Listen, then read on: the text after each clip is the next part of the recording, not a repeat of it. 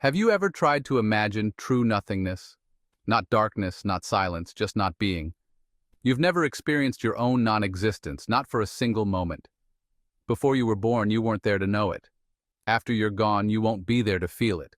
This is one of the deepest mysteries of consciousness. We can imagine distant galaxies, fantastical creatures, even the end of the universe, but we can't truly picture our own absence.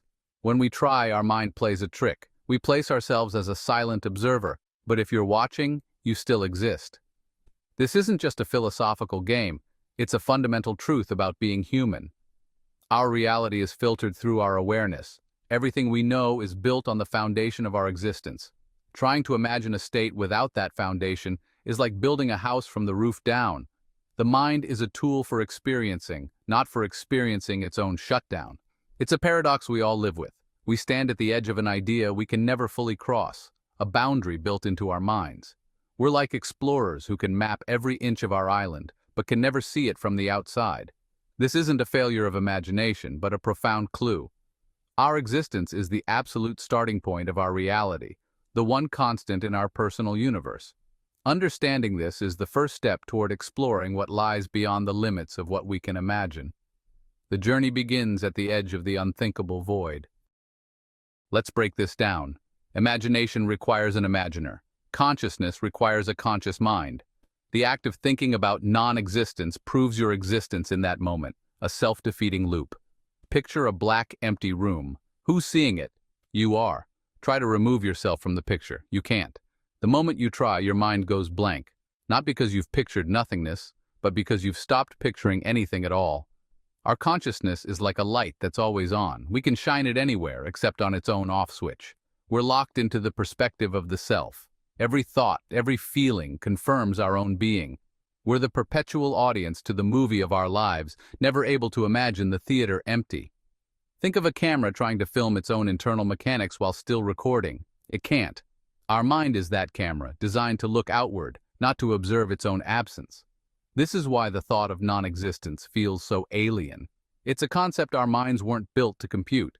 This limit has fueled both anxiety and wonder for centuries. But maybe if we can't conceive of an end to our awareness, it's because awareness itself is more fundamental than we think. Perhaps the paradox isn't a dead end, but a doorway. It forces us to ask, is the self we can't imagine ending truly confined to this body, this brain, this fleeting moment? The question lingers, inviting us deeper. Let me tell you about Arthur, a carpenter who, facing a terminal illness, didn't try to imagine what came next. He knew it was a fruitless task, so he focused on what he could do, build a beautiful bench for the park across from his home. Every day, Arthur worked as long as he could, pouring his love and memories into the wood. He told his granddaughter, "I can't picture a world without me, but I can picture you sitting here long after I'm gone." When Arthur finished the bench, his family placed it in the park, facing the sunset. The first time his granddaughter sat on it, she didn't feel his absence, she felt his presence. In the careful craftsmanship and loving design, Arthur had found a way to exist beyond his own existence. His story teaches us confronting non-existence isn't about imagining the unimaginable. It's about making your existence matter so deeply that it leaves an echo. Arthur couldn't imagine not being, so he focused on being, pouring his purpose into something that would carry his love forward. His legacy wasn't in avoiding death, but in creating a lasting testament to his life. The bench became a place of comfort and beauty for others. In this way, Arthur's life continued to ripple outward. Legacy is built in the present, not the future. This struggle isn't new. It echoes through every culture's wisdom.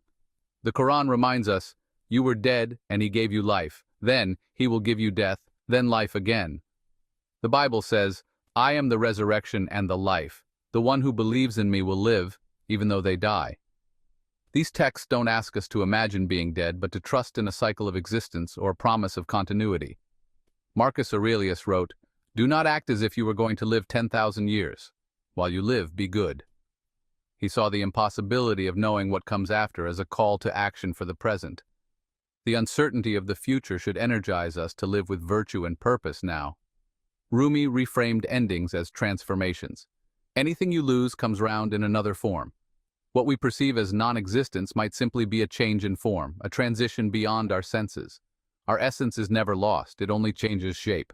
The wisdom of the ages doesn't solve the paradox, it teaches us how to live with it. The focus is on meaning, not on the unknowable. What if our inability to imagine non-existence is a hint, not a limitation? Maybe the mind in its struggle is sensing a truth it can't articulate. Faith and spirituality suggest we are more than biology. We have a soul, an essence not bound by physical laws.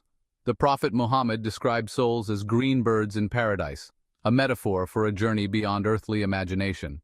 Many traditions speak of a timeless part of us, a spark of the divine that never truly dies. Our conscious mind gets stuck, but a deeper part of us knows it's part of a grander story. The paradox becomes a clue, a signpost pointing beyond the material. The unthinkability of our own end is not a bug, but a feature of our spiritual nature. It's a whisper from the soul, reminding us there's more than what we see. There is an unseen horizon, a continuation of our journey beyond the veil. Our story may be bigger than we can imagine. So what do we do with this knowledge? We live.